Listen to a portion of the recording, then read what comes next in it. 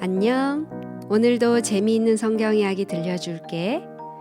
6권 2편 7째 이야기. 에스라의 얼굴이 왜 빨개졌나?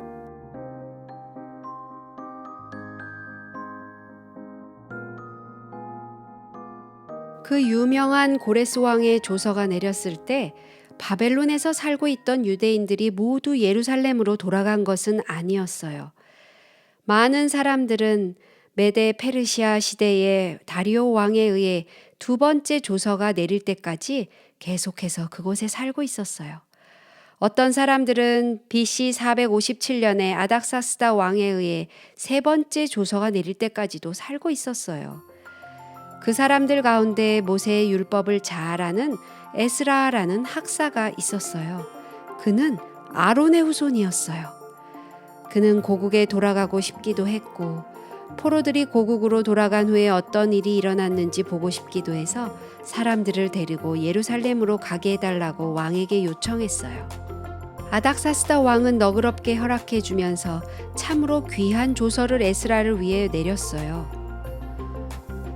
모든 왕의 왕 아닥사스다는 제사장 에스라에게 조서하노니 우리나라에 있는 이스라엘 백성과 저희 제사장들과 레위 사람들 중에 예루살렘으로 올라갈 뜻이 있는 자는 누구든지 너와 함께 갈지어다. 그는 또한 예루살렘의 하나님의 사업을 돕기 위하여 모을 수 있는 금과 은을 모두 가져갈 수 있었고 장관들과 재판관들을 시켜서 그가 하는 일을 방해하는 사람들을 죽일 수 있는 권세까지도 받았어요. 바벨론에게 나라를 빼앗긴 이후로 그처럼 큰 권세를 얻었던 유대인은 아무도 없었어요. 스룹바벨과 함께 돌아간 5만 명에 비하면 에스라의 무리는 너무도 적었어요.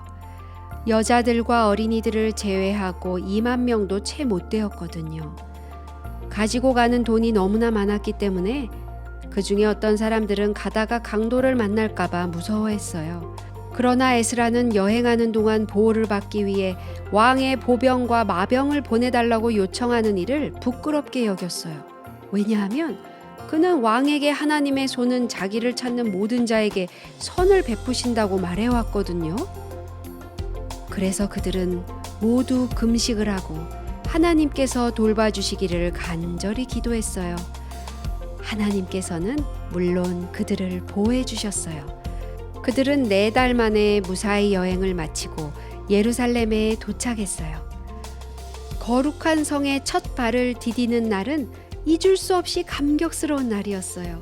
그들은 기쁜 마음으로 가지고 온 금과 은을 성전을 맡은 제사장들에게 떳떳하게 바쳤어요. 그러나 그 기쁨도 잠깐뿐이었어요. 에스라가 예루살렘에 온 지 며칠이 못 되어 얼굴이 화끈거릴 정도로 부끄러운 일에 대한 소문을 들었거든요. 방백들이 그에게 슬픈 소식을 전해 주었어요. 이스라엘 백성과 제사장들과 레위 사람들이 이 땅 백성과 떠나지 아니하고 그들의 딸을 취하여 아내와 며느리를 삼았나이다. 에스라는 깜짝 놀랐어요.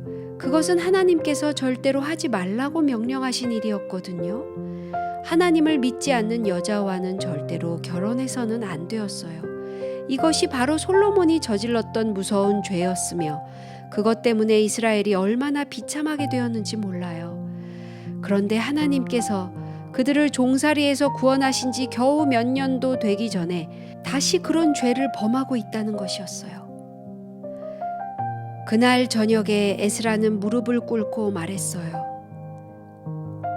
나의 하나님이여, 내가 부끄러워 낯이 뜨뜻하여 감히 나의 하나님을 향하여 얼굴을 들지 못하오니 이는 우리 죄악이 많아 정수리에 넘치고 우리 허물이 커서 하늘에 미침이니이다.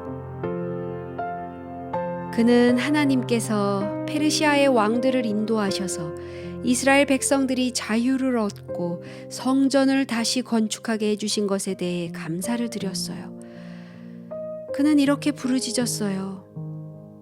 우리 하나님이여, 이렇게 하신 후에도 우리가 이제 무슨 말을 하오리까?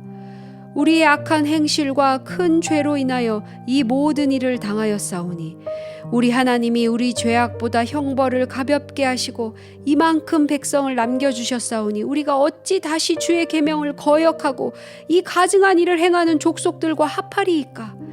그리하오면 주께서 어찌 진노하사 우리를 멸하시고 남아 피할 자가 없도록 하시지 아니하리이까.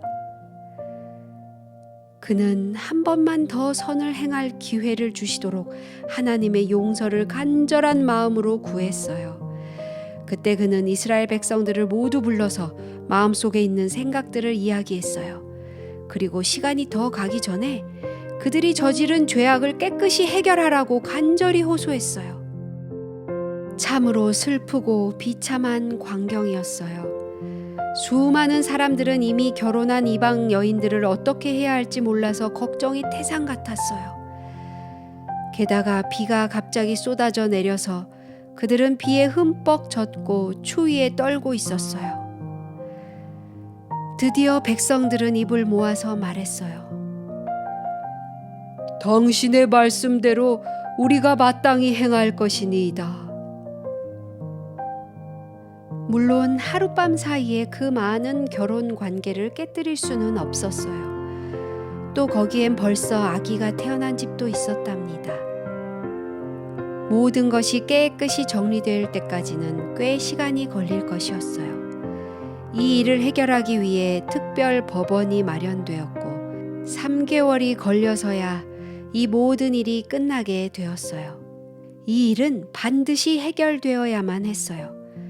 그렇지 않으면 이스라엘은 다시금 우상 숭배로 빠져들어갈 것이었어요.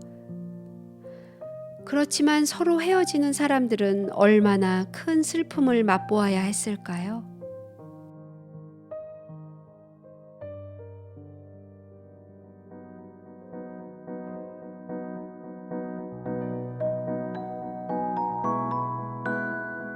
오늘 이야기는 여기까지야. 다음에 또 재미있는 성경 이야기 들려줄게. 안녕.